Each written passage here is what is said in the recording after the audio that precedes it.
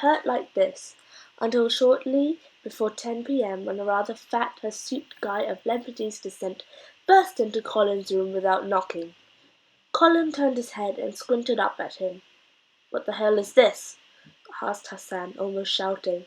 "She dumped me," answered Colin. "So I heard. Listen, Sitsplinger, I'd love to comfort you, but I could put out a house fire with the contents of my bladder right now." Hassan breezed about the bed and opened the door to the bathroom. "Oh God, Singleton, what do you eat? It smells like puke, puke, And as Hassan screamed, Colin thought, "Oh right, the toilet. Should have flushed." "If I missed," Hassan said upon returning. He sat down on the edge of the bed and softly kicked Colin's prostrate body. I had to hold my nose with both struggling hands, so Thunderstick was swinging freely. A mighty pendulum, that fugger. Colin didn't laugh. "God, you must be in some state, because A, Thunderstick jokes are my best material, and B, who forgets to flush their own hole?" "I just want to crawl into a hole and die." Colin spoke into cream carpet with no audible emotion. "Oh boy," Hassan said, exhaling slowly. "All I ever wanted was for her to love me and to do something meaningful with my life. And look, he said. "I am looking, and I'll grant you, Kafir, that I don't like what I'm seeing, or what I'm smelling for that matter." Hassan lay back on the bed and let Colin's misery hang in the air for a moment. I'm just a failure. What if this is it? What if 10 years from now I'm sitting in a fucking cubicle crunching numbers, memorizing racial statistics so I can kick ass in my fantasy league, and I don't have her, and I never do anything significant, and I'm just a complete waste? Hassan sat up, his hands on his knees. "See, this is why you need to believe in God, because I don't even expect to have a cube, and I'm happier than a pig in a pile of shit." Colin sighed. Although Hassan himself was not that religious, he often jokingly tried to convert Colin. "Right, faith in God. That's a good idea. I also like to believe that I could fly into outer space in the fluffy backs of giant penguins and screw Catherine 19 in zero gravity." "Singleton, you need to believe in God worse than anyone I've ever met." "Well, you need to go to college," Colin muttered. Hassan groaned. A year ahead of Colin in school, Hassan has taken a year off, even though he'd been admitted into Loyola University in Chicago. Since he hadn't enrolled in classes for the coming fall, it seemed his 1 year off would soon turn into 2. "It's about me," Hassan said through a smile. "I'm not the one who's too fucked up to get off the carpet or flush my own puke tube. And you know why? I got me some God." "You're trying to convert me," Colin moaned, unamused.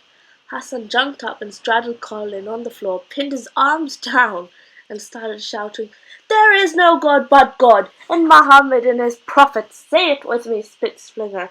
And then he said the Arabic translation for "There is no God but God."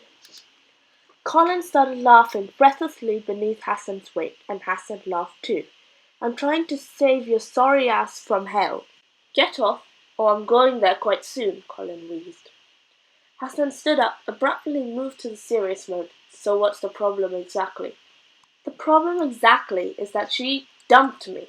That I'm alone. Oh my God, I'm alone again.